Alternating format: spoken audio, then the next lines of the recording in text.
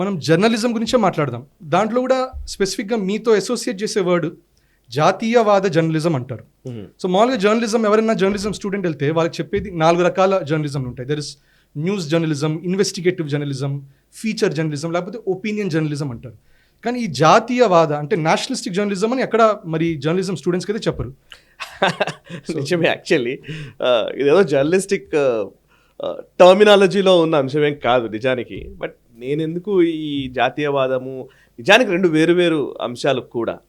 But జాతీయవాద journalism అని ఎందుకు అంటున్నాను అని అంటే పదే బేసికల్లీ మీకు తెలుసు అంటే జర్నలిజం ఎలా అయిపోయిందనంటే చాలా సంవత్సరాల నుంచి, నేను ఒక ఇంజనీరింగ్ స్టూడెంట్నే. నేను ఇంతకుముందు ఇంజనీరింగ్ నుంచి బయటకు వచ్చిన తర్వాత ఫస్ట్ మీడియాలో ఎందుకు జాయిన్ అవుతున్నావు అని అంటే ఒక ఛానల్లో ఏదో ఒక మీడియా సంస్థలో పనిచేస్తున్నాము అని అంటే ఈచ్ అండ్ ఎవ్రీ సెకండ్ నేను సమాజంలో ఉన్నట్టుగా భావించవచ్చు. అండ్ మనకు ఒక బాధ్యతాయుతమైనటువంటి ఒక పొజిషన్లో ఉంటాము అని అంటాం. ఇప్పుడు 4th ఎస్టేట్ అంటారు నిజానికి మీడియా, ఫోర్త్ పిల్లర్ అంటారు.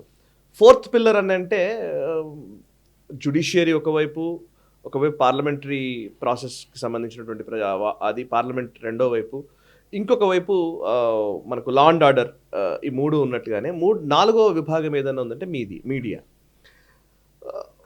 అంత గొప్ప బాధ్యతాయుతమైనటువంటి ఒక రంగంలో పనిచేయాలనేది నాకు కోరిక ఉండింది ఫస్ట్. ఇందులోకి వచ్చిన తర్వాత ఏమైపోయిందనంటే ఐడియాలజికల్ అంశాలు చాలా వరకు వచ్చాయి. ఐడియాలజికల్ అంశాలు అనగానే భారతదేశానికి హితమైన అంశాలా లేకపోతే దానికి వ్యతిరేకమైన అంశాలా అనే వాటి ప్రస్తావన కూడా మనం తీసుకొచ్చుకోకుండా చాలామంది ఏమైపోయారంటే ఐడియాలజికల్లీ కమ్యూనిస్టు భావజాలపు ప్రభావం వల్లనో లేకపోతే ఆయా దేశాల నుంచి వచ్చిన ప్రభావం వల్లనో ఇంకోటో కానివ్వండి, ఈ దేశం పట్ల ఒక బాధ్యత కంటే కూడా ఏదైనా సరే మాట్లాడవచ్చు అనే ఒక భావనలోకి జర్నలిజం వెళ్ళిపోయిందేమో అనిపించింది. భావజాలాల సంఘర్షణ జరుగుతున్న సందర్భంలో కొంత జాతీయవాద దృక్పథంతో, నేషన్ ఫస్ట్ అనే ఒక భావనతోటి ఉండాలనే అంశం నా మెదడులో ఉండింది, నా ఆలోచనలో ఉండింది. సో నేషనల్ స్టెప్ స్టార్ట్ చేసిన తర్వాత ఆ ప్రక్రియలోనే ముందుకు వెళుతున్న క్రమంలో నువ్వు ఆర్ఎస్ఎస్ మనిషివనో, నువ్వు బీజేపీ మనిషివనో, నువ్వు ఇంకొకరి మనిషివనో, నువ్వు ఇంకోటి మాడుతూ ఉంటారు జనరల్గా. నాకు అనిపిస్తుంది ఎస్ అవును, జాతీయవాదము అనే ధోరణిలో మనం జర్నలిజం చేద్దాము అని అనుకున్నాం. సో మీరు ఇప్పుడు జాతీయవాదం జర్నలిస్ట్ అంటే నేషనలిస్టిక్ జర్నలిజం అంటే మరి యాంటీ నేషనల్ జర్నలిజం అనేది కూడా ఉంటుందా? ఉంటుందంటారు. సో మన దేశంలో అట్లాంటి ఎగ్జాంపుల్స్ ఉన్నాయంటారా? ఉన్నాయి.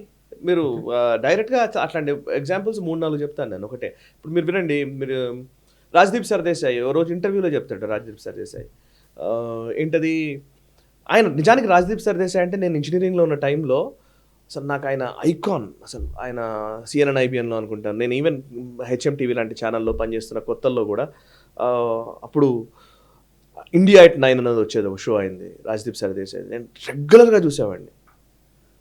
అలాంటి వ్యక్తి ఒక ఆరాధ్యనీయమైనటువంటి వ్యక్తిగా నాకు జర్నలిజం కెరీర్ తొలినాళ్లలో కనిపించినటువంటి వ్యక్తి.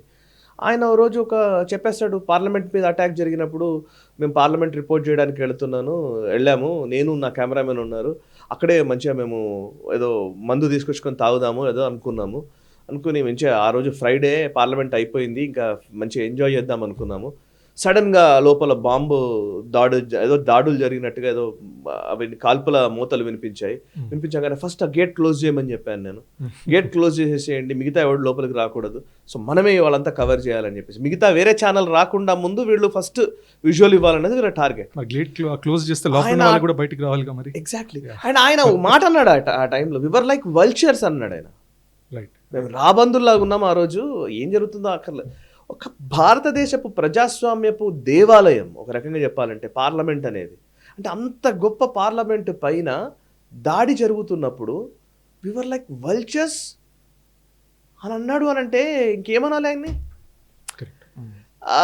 బర్ఖాదత్ కార్గిల్ రిపోర్టు నేను చిన్న ఉన్నప్పుడు చాలా, అసలు నేను స్కూల్లో ఉన్నాను ఆ టైంలో, అసలు ఇంత గొప్పగా అనిపించేది. అబ్బాయి ఒక ఆడమనిషి వెళ్ళి అక్కడ రిపోర్ట్ చేస్తోంది బార్డర్లో కూర్చొని అని చెప్పి.